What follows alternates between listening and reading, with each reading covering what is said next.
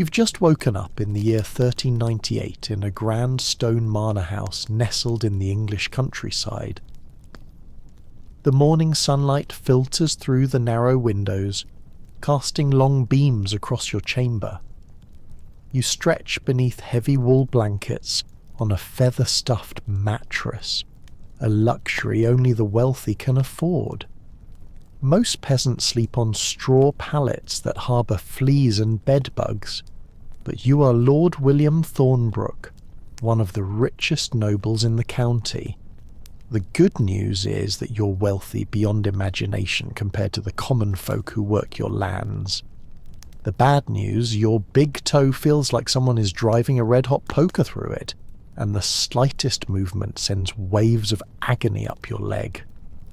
You've got gout, what physicians call the disease of kings. Your day begins as it always does, with servants rush into your bedside. Unlike the peasants who rise before dawn to milk cows and tend fields, you've slept well past sunrise. The head servant Thomas approaches with a silver basin of rose-scented water for washing your face and hands. Behind him, 2 younger servants carry your clothing for the day. Fine wool tunics dyed with expensive colours lined with silk imported from far-off lands. "My lord," Thomas says with a bow, "the household awaits your commands for the day. The steward needs approval for the feast preparations, and you cut him off with a groan. Send for the physician, my foot. It's the gout again." Thomas's face falls. He's seen your gout attack before and knows what's coming. "Right away, my lord."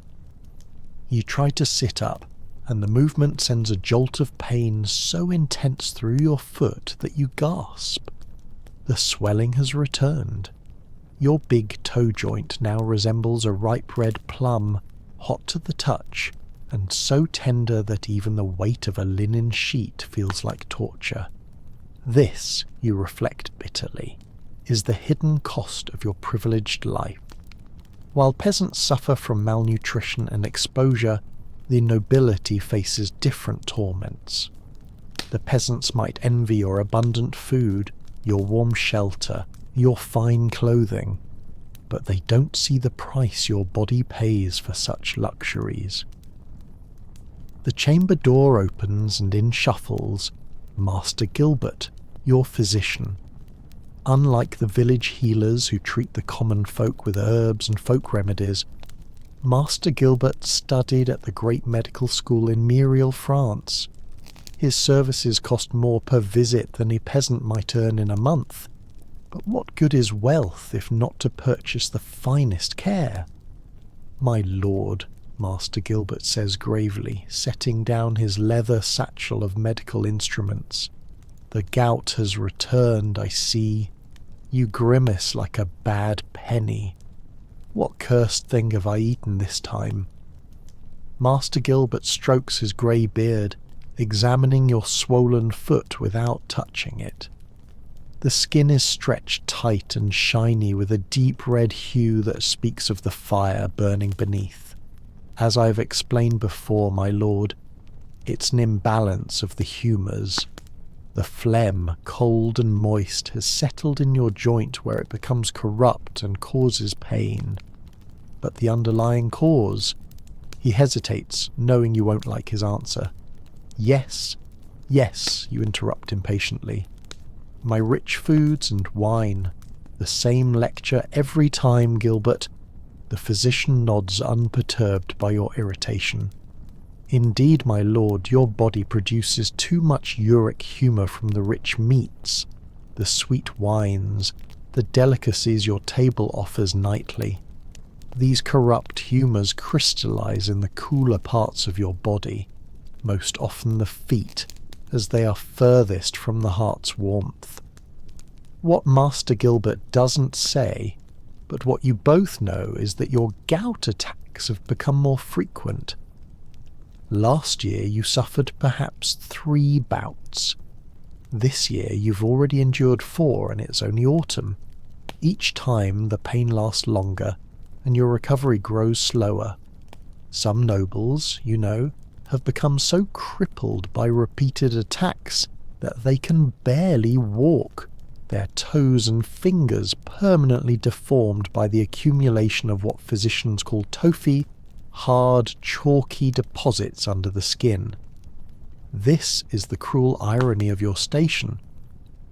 While peasants labour from dawn to dusk, strengthening their bodies with work and subsisting on simple fare, you enjoy a life of relative leisure and sumptuous food that slowly poisons your joints.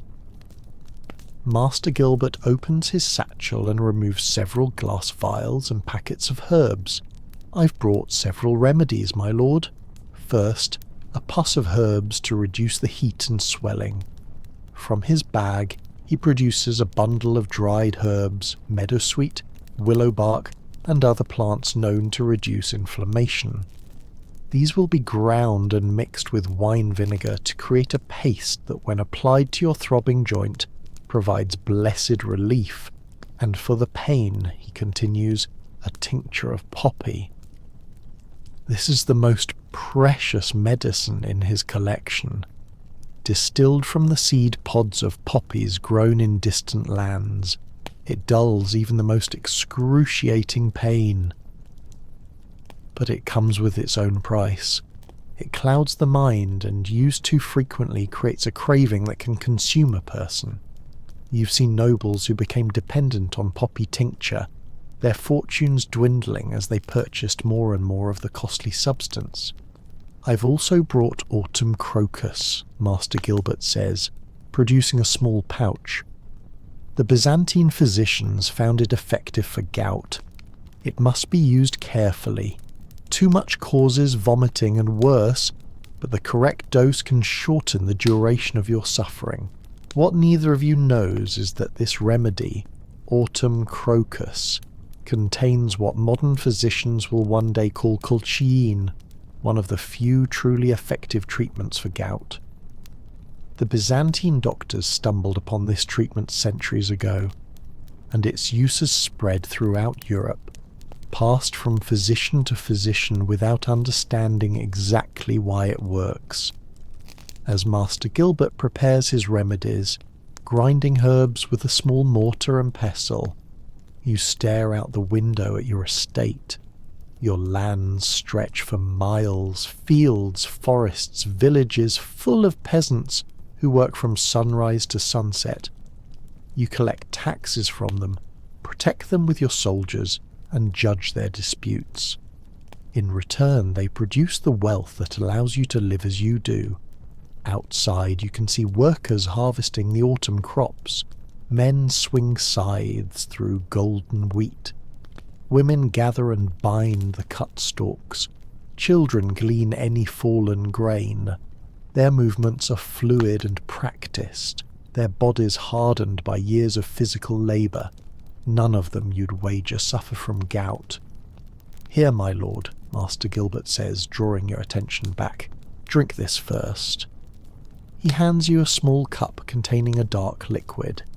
The bitter taste of poppy fills your mouth and you force yourself to swallow. Soon, a warm numbness will spread through your body, dulling the sharp edges of your pain. Next comes the pus. Master Gilbert gently applies the herb paste to your inflamed joint, then wraps it with clean linen. The coolness of the pus provides immediate, if modest, relief. "The autumn crocus I've mixed with wine," he explains, offering another cup. "Drink it slowly.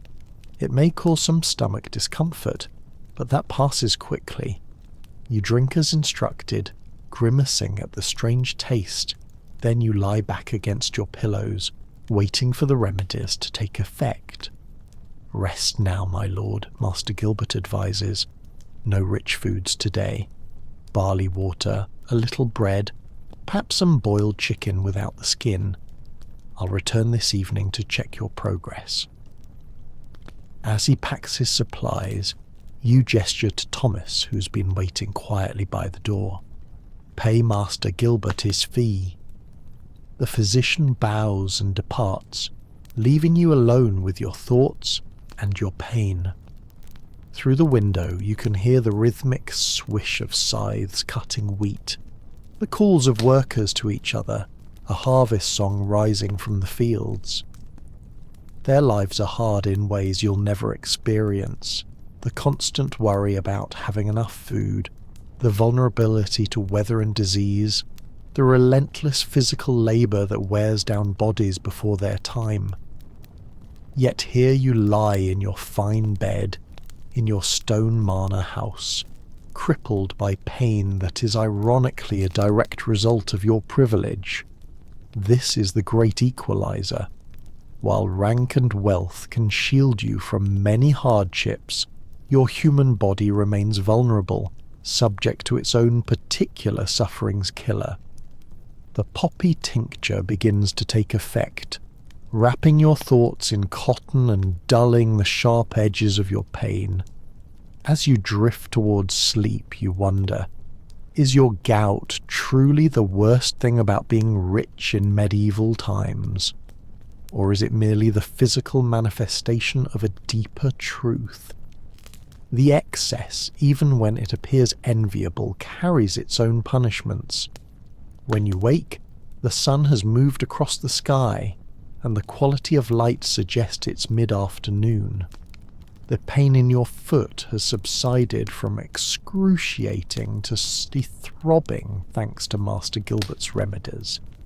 You can think more clearly now that the worst has passed. Thomas appears at your bedside with the tray. Barley water and bread, my lord, as the physician ordered. The barley water is bland and the bread plain peasant fare, though of higher quality than what they would eat. Your ordinary meals are far different. Roasted meats, swimming in rich sauces, game birds, fish on fast days, all accompanied by fine wines and ales, followed by sweet confections made with expensive sugar. Your table reflects your status, each dish a statement of your wealth and power. But that abundance is precisely what has brought you to this state. The human body wasn't designed for such luxury, especially when paired with the sedentary lifestyle of nobility. Peasants eat simple foods, mostly grains, vegetables and occasionally meat, and work physically all day. Their bodies process what they consume, leaving little to accumulate as the crystals that cause your suffering. My lord, Thomas says hesitantly, the steward still needs directions for tomorrow's feast. The merchant from London has arrived with the spices you ordered, and tell him to proceed as planned. You interrupt. But I want simpler dishes added to the table, less meat, more fish, and tell the kitchens to reduce the use of wine in the sauces. Thomas looks surprised, but nods. Yes, my lord. And shall I tell the guests you're indisposed? You consider this. The feast is to honour a visiting baron, a potential ally whose support you need. To be absent would be a political misstep. No, you decide. I'll attend. Have the servants prepare a chair with cushions where I can rest my foot and find my walking staff. After Thomas leaves, you carefully swing your legs over the edge of the bed. The movement awakens fresh pain in your toe, but it's manageable now. You stand gingerly, keeping weight off the affected foot, and hop-step to the window. From here, you can see the inner courtyard of your manor. Servants hurry about their tasks, preparing for tomorrow's feast. A cart laden with barrels of ale is being unloaded. Smoke rises from the kitchen buildings where cooks are already preparing foods that require slow cooking. It takes an enormous amount of labour to maintain your way of life.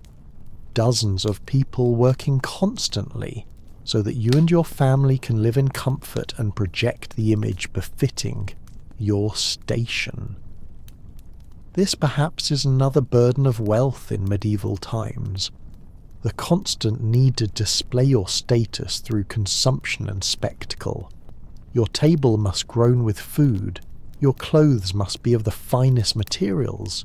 Your home must impress. Anything less would suggest weakness or decline. So you spend lavishly, consume abundantly, and your body pays the price. You think of King Henry IV, who suffers so severely from gout that he sometimes cannot walk or ride a horse.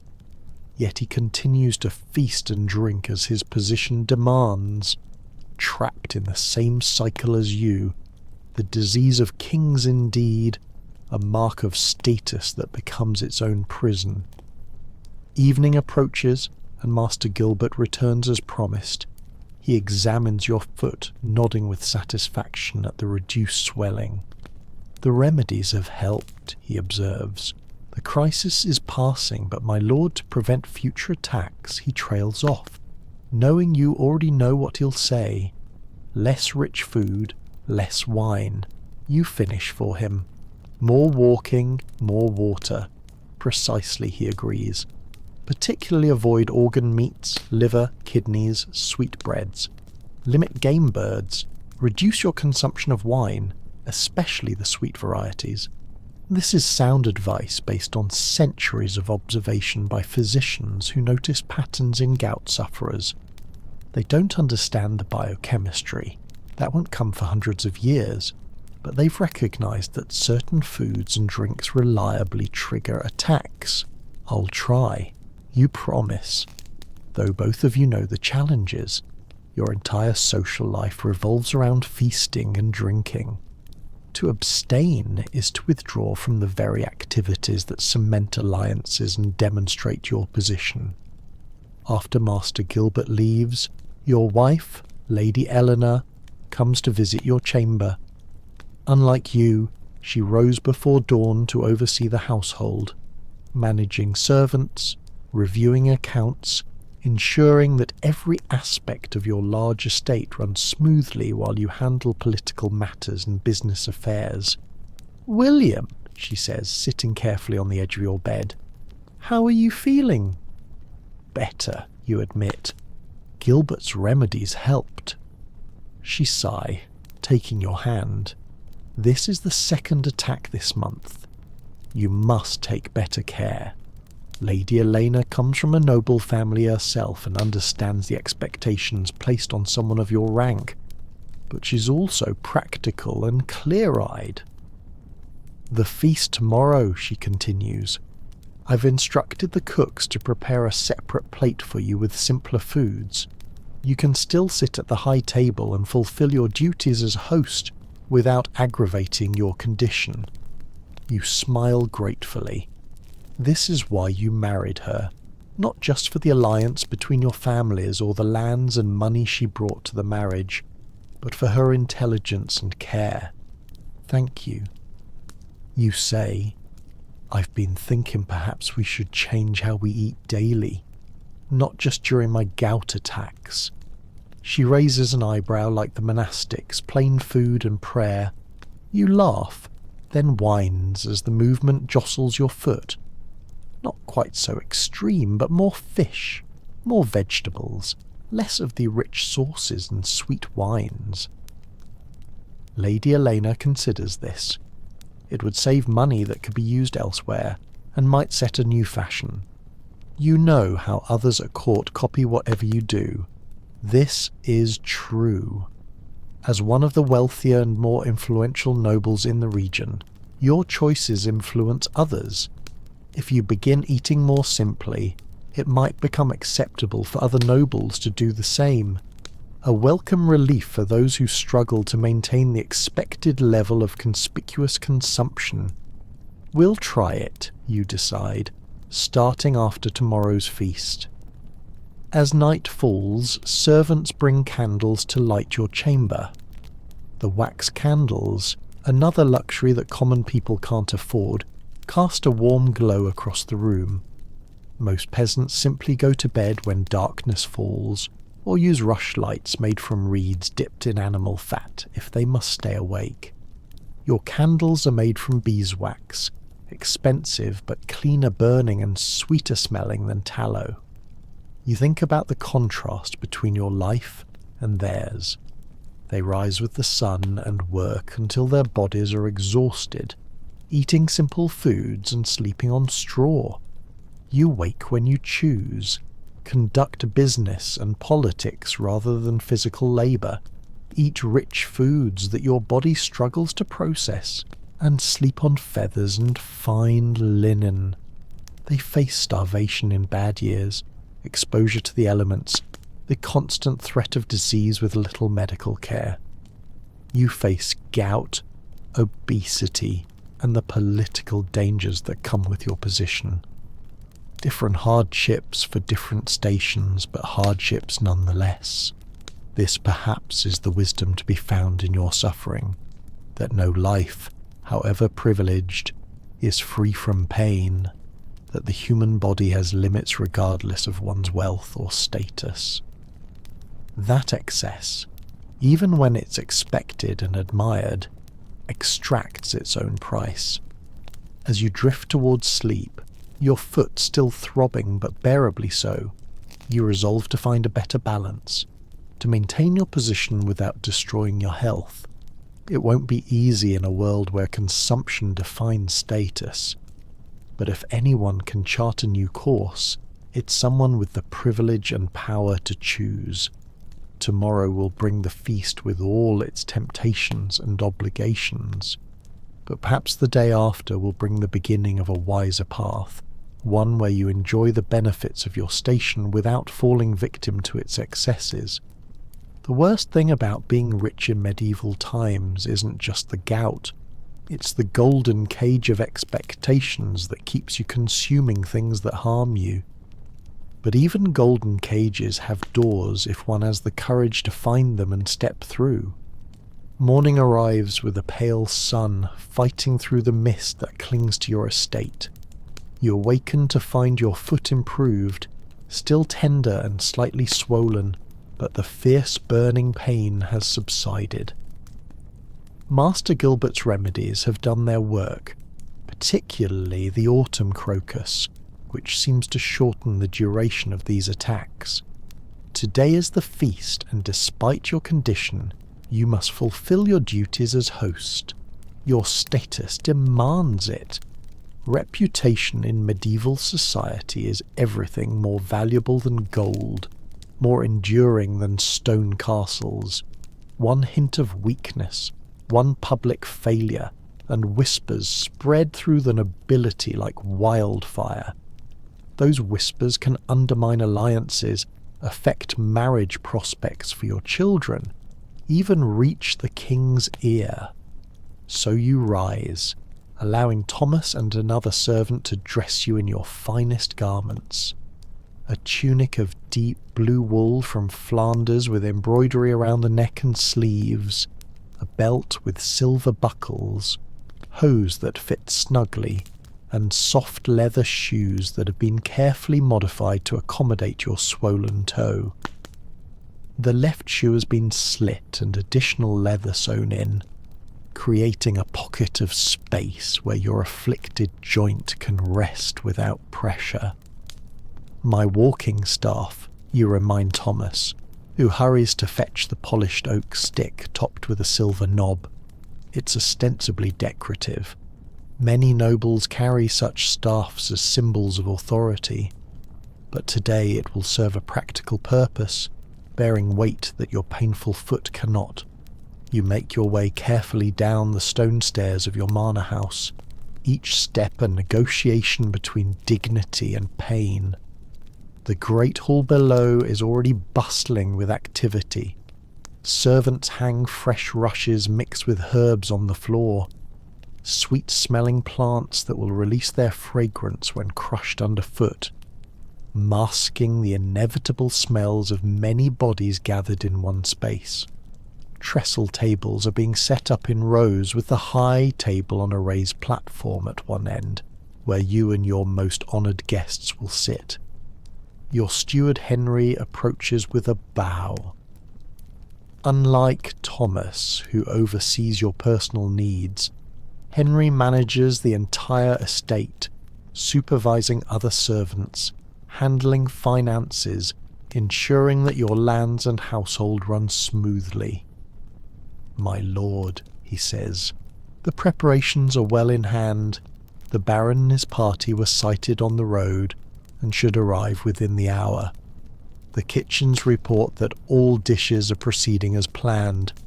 "Good," you reply, leaning slightly on your staff and the special arrangements we discussed. "Yes, my lord. Your chair at the high table has been cushioned as requested with a small stool for your foot, and Lady Elena has instructed the kitchen regarding your meal." You nod satisfied. These small accommodations will allow you to fulfill your social obligations without worsening your condition. This is the constant balance you must strike, maintaining the appearance and behaviours expected of your rank, while managing the physical consequences they bring. Outside, horns sound. The Baron's party has arrived sooner than expected. You straighten, grip your staff more firmly, and prepare to greet your guests. The pain in your foot is a dull throb now, manageable if you're careful. You make your way to the courtyard where your household is assembling to welcome the visitors. Lady Elena joins you, resplendent in a gown of deep green with a gold-embroidered belt and a delicate network of golden chains adorning her head. Together you present the image of prosperity and power that your position requires. The Baron's party enters the courtyard in a clattering of hooves and a flutter of banners. Baron Radcliffe is a burly man in his 40s, his face reddened by both wind and wine, his clothing rich but slightly dishevelled from travel. He dismounts with a grunt that suggests he too might suffer from the ailments of nobility, though he covers it well. Lord Thornbrook, he booms, striding forward with his arms outstretched. "How good to see you again." You step forward to meet him, careful to put minimal weight on your affected foot. "Baron Radcliffe, welcome to my home. We are honoured by your presence." The formal greetings continue as the Baron's party. Family members, personal servants, and guards are all acknowledged according to their rank. This ritual of welcome is important, establishing the hierarchy and relationships that will govern the visit. Medieval society functions on such clear delineations: who sits where, who speaks when, who defers to whom. To violate these unwritten rules is to invite chaos. As the Baron's party is shown to their chambers to refresh themselves after their journey, you return to the Great Hall to oversee final preparations. The pain in your foot is intensifying with the activity, but you hide it well behind a nobleman's mask of composure. To show pain is to show weakness. The hall is transformed now. Trestle tables covered with clean linens, wooden trenches at each place, silver cups for the high table, and wooden or horn cups for those of lower rank. Fresh rushes carpet the floor, releasing the scent of meadow, sweet and lavender when crushed underfoot. Servants hurry about with last-minute adjustments, and the steward directs it all with quiet authority. You make your way to the high table where your modified chair awaits. Testing it, you find that the cushions support your body, while allowing your painful foot to rest elevated on the small stool hidden beneath the table's drape. From here you can preside over the feast without standing for long periods, a small mercy for which you're grateful.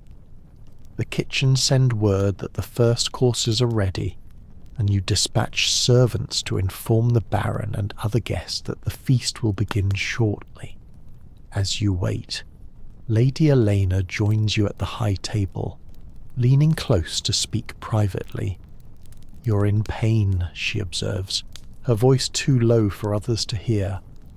"Manageable," you assure her, though in truth the throbbing has intensified to a steady burn. She gives you a knowing look. "Master Gilbert left this for you." From a small pouch at her belt she produces a vial of poppy tincture. Just enough to dull the edge, not enough to cloud your mind. You accept it gratefully, taking a small sip when no one is looking. The bitter taste is followed by that familiar warming sensation that signals relief is coming. Not complete relief. You'll still feel the pain, but it will be muffled, pushed to the background so you can focus on your duties as host. The guests begin to arrive in the hall, taking their places according to rank. The Baron and his immediate family join you at the high table, while their attendants and your household knights and officials sit at the tables below. The lower servants will eat later after the feast is concluded, making do with the leftovers and simpler fare prepared specifically for them. The meal begins with a ceremonial washing of hands. Servants move among the tables with basins of rose-scented water and clean towels. This ritual of cleanliness is practical. Most food will be eaten with the fingers, but also symbolic, marking the transition into the formal meal. The first course arrives, borne by a procession of servants. For most guests, there are rich meat pastries, roasted fowl, and a soup of herbs and barley. At your place, as arranged with the kitchen, the offerings are simpler. Boiled chicken without the fatty skin, bread, and a small portion of fish cooked with herbs. It's still luxurious compared to peasant fare, but far less likely to aggravate your gout than the dishes served to others. Baron Radcliffe, seated to your right, notices the difference. "Not partaking of the full feast, Lord Thornbrook?" he asks, tearing into a meat pastry with gusto. You smile diplomatically. A temporary measure. My physician advises caution with certain foods. The Baron grunts in understanding. "Ah, the cursed gout. Is it the disease of kings and nobles?" He lifts his wine cup in a half salute. "I've had a touch of it myself in recent years. Damnable thing." "Indeed, you agree," relieved at his understanding. "The price we pay for our position, it seems." The Baron laughs, a booming sound that turns heads at nearby tables. Well said. The peasants don't suffer it, do they? Too busy breaking their backs in the fields to develop our refined ailments. There's truth in his jest. Gout is rarely seen among the working classes. Their diet of simple grains, vegetables, and occasional meat provides little opportunity for uric acid to accumulate. Their constant physical labour keeps their bodies processing efficiently. It's only when you combine rich foods, particularly organ meats, game birds, and certain fish, with wine and a more sedentary lifestyle that gout flourishes. As the feast progresses, you observe the differences in consumption around you. The Baron eats and drinks prodigiously, as do many of the knights and officials at the lower tables. It's a point of pride for a nobleman to demonstrate his prosperity through abundant consumption. Yet, you notice that some of the older men, particularly those who occasionally wins when shifting position, eat more moderately and water their wine. They too have learned the painful lessons that gout teaches. Between courses, minstrels perform, singing ballads of chivalry and courtly love, playing lutes and small harps. This entertainment allows diners to rest between bouts of eating and provides a cultured atmosphere befitting a noble household. It also gives you an opportunity to converse with your guests, building the relationships that are the true purpose of such gatherings. I understand the king has imposed a new tax on wool exports, you say to Baron Radcliffe, steering the conversation toward matters of mutual interest. Your estates, like his, produce significant wool for export to Flanders, where it's woven into the fine cloth that clothed Europe's nobility. The Baron scowls indeed, and at the worst possible time the merchants from Bruges are already complaining about the quality of last year's clip. Add this tax and they'll look to Spain instead. This launches a discussion of trade, taxes and royal policy that continues through the next course. Other nobles at the high table join in, sharing information and opinions. This is how the medieval nobility conducts business through conversations at feasts and gatherings, building networks of shared interest and mutual support. As the main courses are cleared away and the sweeter dishes appear, fruits preserved in honey, custards, and small cakes flavoured with expensive spices from the east. Your foot reminds you of its grievance.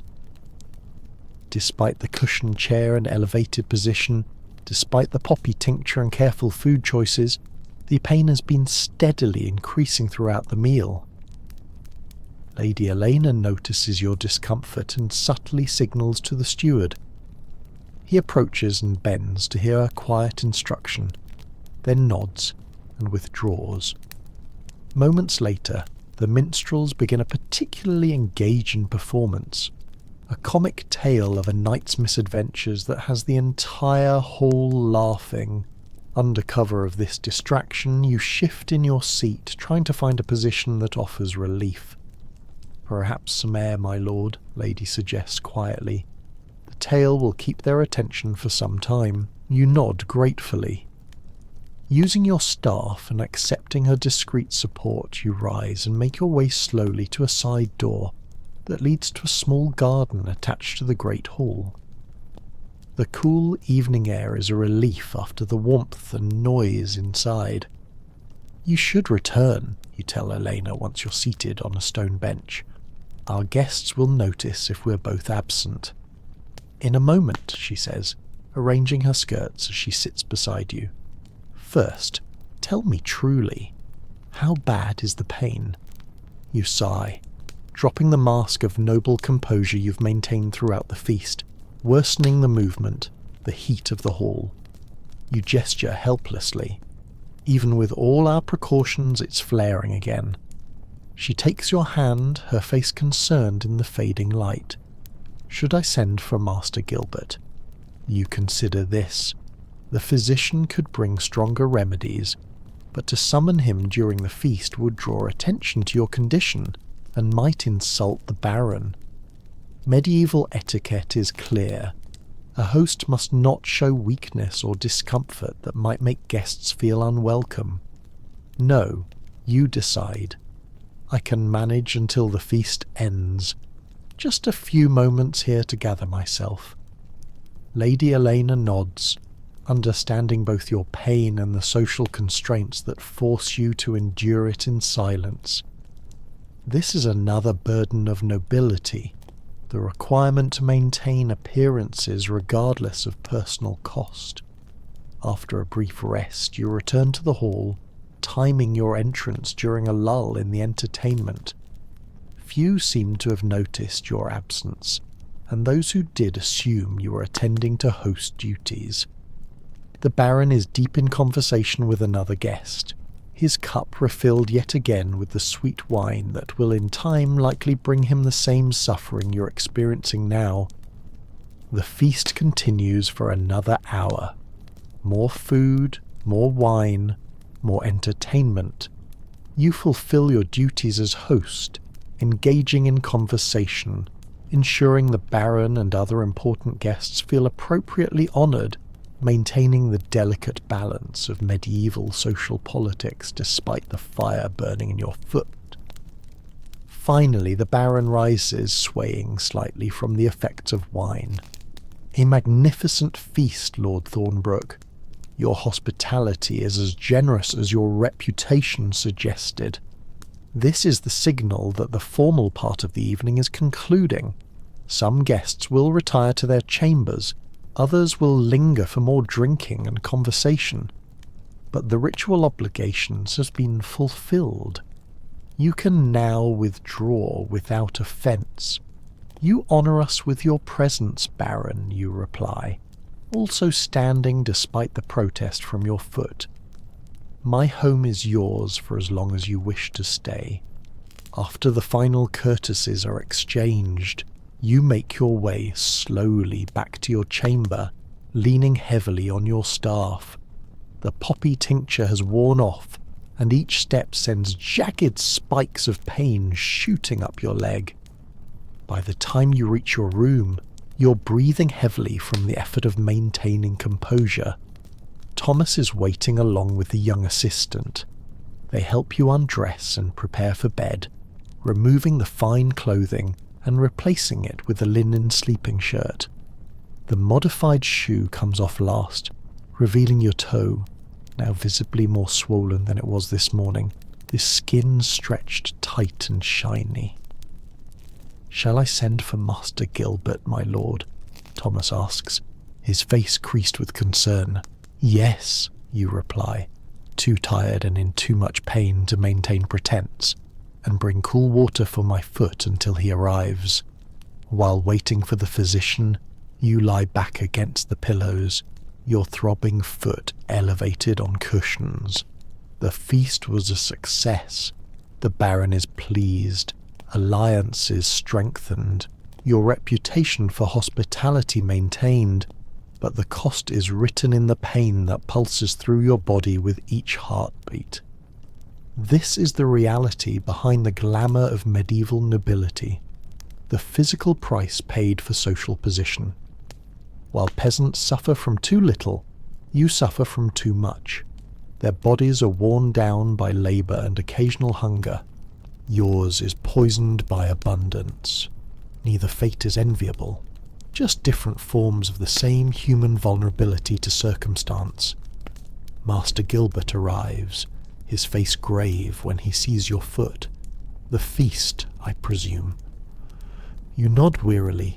I followed your advice as much as possible. Simpler food, watered wine, but the standing, the heat. He sigh, opening his satchel. The body needs time to heal, my lord. Each attack makes the next more likely unless that healing is complete. He begins preparing a stronger pus than before, the pungent smell of herbs filling the chamber. And complete healing requires more than just waiting for the pain to subside. It requires ongoing change. This is the challenge you face. Not just recovering from this attack, but preventing the next one. And that means confronting the expectations and habits that define your position in society. Can you be a medieval lord without the feasting, the wine, the rich foods that are symbols of your status? Can you find a balance between the demands of your rank and the needs of your body? As Master Gilbert applies the fresh pus to your foot, the cool herbs bringing immediate if minor relief, you consider what changes might be possible.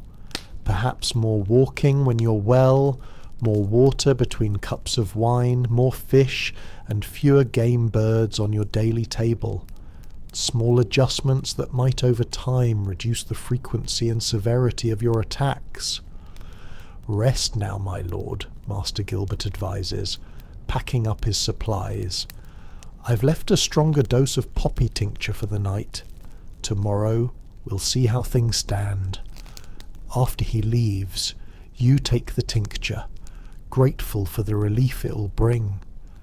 As the medicine begins to work, dulling the sharp edges of your pain, you reflect on the day. Despite your condition, you fulfilled your duties. The feast achieved its purpose. The alliance with Baron Radcliffe is secure. Perhaps that's the real skill of nobility, not just commanding wealth and power, but navigating the costs and constraints that come with it. Finding ways to meet the expectations of your position while protecting yourself from its excesses. It's a different kind of survival skill than those the peasants must master, but no less essential. The poppy tincture pulls you towards sleep, thoughts growing hazy and disconnected. Your last conscious reflection is that tomorrow, when the Baron departs, you'll begin implementing those small changes, a slightly different path that might lead to less suffering, while still maintaining your place in the rigid hierarchy of medieval society. As you drift into sleep, the pain in your foot diminishes to a distant throb, a reminder of the bargain struck between privilege and its price. The disease of kings has marked you as it marks so many of your class. A painful brand of belonging to a world of excess that both elevates and punishes those who inhabit it. In the quiet darkness of your chamber, far from the noise and demand of the feast, your body begins its slow work of healing. Outside, the estate settles into night. Servants clean the great hall, putting away the remnants of the feast. Guards patrol the walls and courtyards. In the village beyond your manor, peasants sleep the deep sleep of physical exhaustion, their bodies tired but largely free of the crystalline deposits that torture your joints. Different lives, different sufferings. The medieval world turns on this axis of inequality, each person bearing their particular burdens according to their station.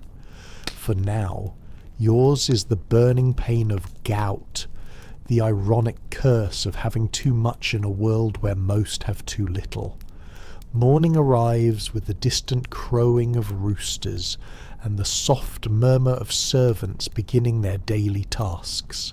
The poppy tincture has worn off during the night, and you awaken to find your foot still swollen but less painfully so. Master Gilbert's stronger pus seems to have drawn some of the heat from the inflamed joint. Through the narrow window of your chamber, you can see that the day promises to be fine. Clear blue sky, the kind of autumn crispness that makes physical activity pleasant rather than punishing. On such a day, had you been well, you might have joined the Baron for a hunt, galloping through the forests of your estate, falcon on wrist or hounds baying ahead, pursuing deer or boar. These are the pleasures of nobility that your gout often denies you. Thomas enters quietly, carrying a tray with a pottery cup of steaming liquid. "Good morning, my lord. Master Gilbert left this for you to drink upon waking." You prop yourself up against the pillows and accept the cup, sniffing cautiously. The bitter scent of herbs rises with the steam, meadow sweet willow bark, and other plants known to reduce inflammation. Not a pleasant draught, but one you've become familiar with during your gout attacks. The Baron, you ask, after forcing down the medicine, already breaking his fast in the hall, my lord. He mentioned plans to depart before midday. This is a relief. While Baron Radcliffe's visit was important politically, hosting always requires energy you can ill afford when gout has you in its grip. Once he leaves, you can focus on recovery without the need to maintain appearances. "Help me dress," you instruct. "Nothing elaborate. I'll break my fast privately here." Thomas selects simple clothing, a tunic of undyed wool, loose-fitting hose that won't constrain your swollen foot, and the modified shoe that accommodates your inflamed toe. Even with these accommodations, dressing is a careful negotiation with pain. Each movement that jostles your foot sends sharp reminders of your condition. Once dressed, you settle in a chair near the window. Thomas brings a tray with your morning meal, a piece of bread, some watered ale, and a small portion of cold fish left from last night's feast. This simple fare is closer to what a prosperous peasant might eat than the elaborate breakfast you normally enjoy. But Master Gilbert's advice about diet has been consistent over the years. The fewer rich foods, the better your chances of avoiding future attacks. As you eat, you hear the commotion of the Baron's departure in the courtyard below, horses being brought around, servants loading baggage, the Baron's booming voice giving instructions to his retinue. You should be there to bid him farewell formally, but both he and you understand that your absence will be attributed to your condition. In medieval society, gout provides a socially acceptable excuse for certain breaches of etiquette. It is, after all, recognised as an ailment of the nobility, almost a mark of status in itself,